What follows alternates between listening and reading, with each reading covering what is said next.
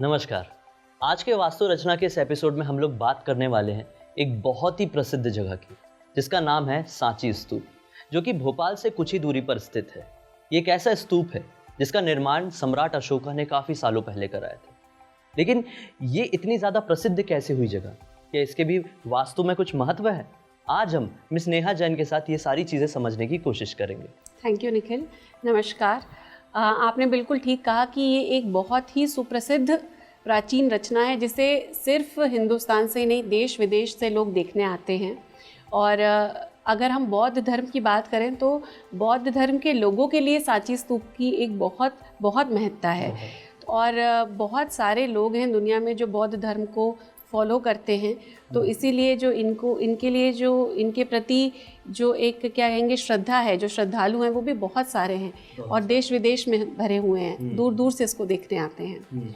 जो सांची स्तूप राजा अशोक ने बनाया था और उन्होंने बौद्ध धर्म को एक तरीके से बचाने के लिए उसकी, ताकि उसको आगे आने वाली सदियां उसके बारे में जान सकें, उसको आगे तक ले जा सकें, और सबसे ज़्यादा ज़रूरी कि गौतम बुद्ध के अवशेष को बचाने के लिए उन्होंने ये सांची स्तूप का निर्माण किया था।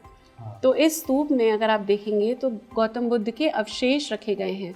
बहुत सारी ऐसी चीज़ें हैं जो उनके समय की, उनके दौरान जो भी कुछ चीज़ें इस्तेमाल हुई, वो सारी चीज़ें यहाँ पर रखी गई हैं। तो एक तरह से उनका संग्रहालय भी है, एक तरह से उनको याद करने का एक प्रतीक है, और उनसे जुड़ने का, उनकी जो लर्निंग्स और टीचिंग्स हैं उसको समझने का भी एक प्रतीक है सांची स्तूप। तो सांची स्तूप की जैसे हम बात करें, जितना बहुत सारे लोग जानते होंगे कि सम्राट अशोका ने इसका निर्माण तो करा दिए थे, लेकिन फिर ये किसी वजह से ये मतलब टूट गया था, और फिर उसके बाद वापस से किसने बनवाया था, इसके बारे में आप कुछ बता सकते? तो इसे शुंगा डायनेस्टी ने दोबारा बनाया गया था और इसके आकार में परिवर्तन लाया गया। तो पहले जो इसकी चौड़ाई थी लगभग, तो जो इसकी गोल गुंबद की चौड़ाई है उसका डबल चौड़ाई थी पूरे आकार की। जब इन्होंने बनाया उसको वापस, तो इसकी चौड़ाई को बढ़ाया, और जो डोम है उसको इन्होंने, जो उसके सरफेस है उसको थोड़ा सा उन्होंने फ्लैट कर दिया था। तो आज जो हम देखते हैं, जो स्तूप आज हम देखते हैं, वो रिकंस्ट्रक्टेड स्तूप है जो दोबारा बनाया गया था। जिस तरीके से ये पहले बनाया गया था, लगभग उसकी 54 फीट करीब ऊंचाई थी, और आज जो हम देखते हैं उसके आकार में फ़र्क है। लेकिन हम लोग अक्सर ये देखते हैं कि जब भी कोई ऐसी इमारतें होती हैं, उनका जो डोम होता है वो पिरामिड शेप का होता है, लेकिन यहाँ पे डोम जो था वो थोड़ा सर्कुलर टाइप का था। तो डोम का ऐसे बोलिए कि पिरामिड होना ही ज़रूरी नहीं है। डोम दरअसल कर्व्ड ही होता है।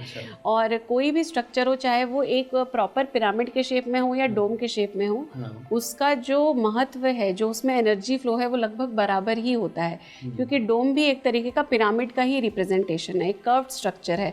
सिमिलरली जैसे आप देखेंगे कहीं आर्चेस बने होते हैं, ठीक है, आले बोलते थे उनको पुराने ज़माने में, जो आप अगर महल वगैरह देखें उसमें आले बने होते थे।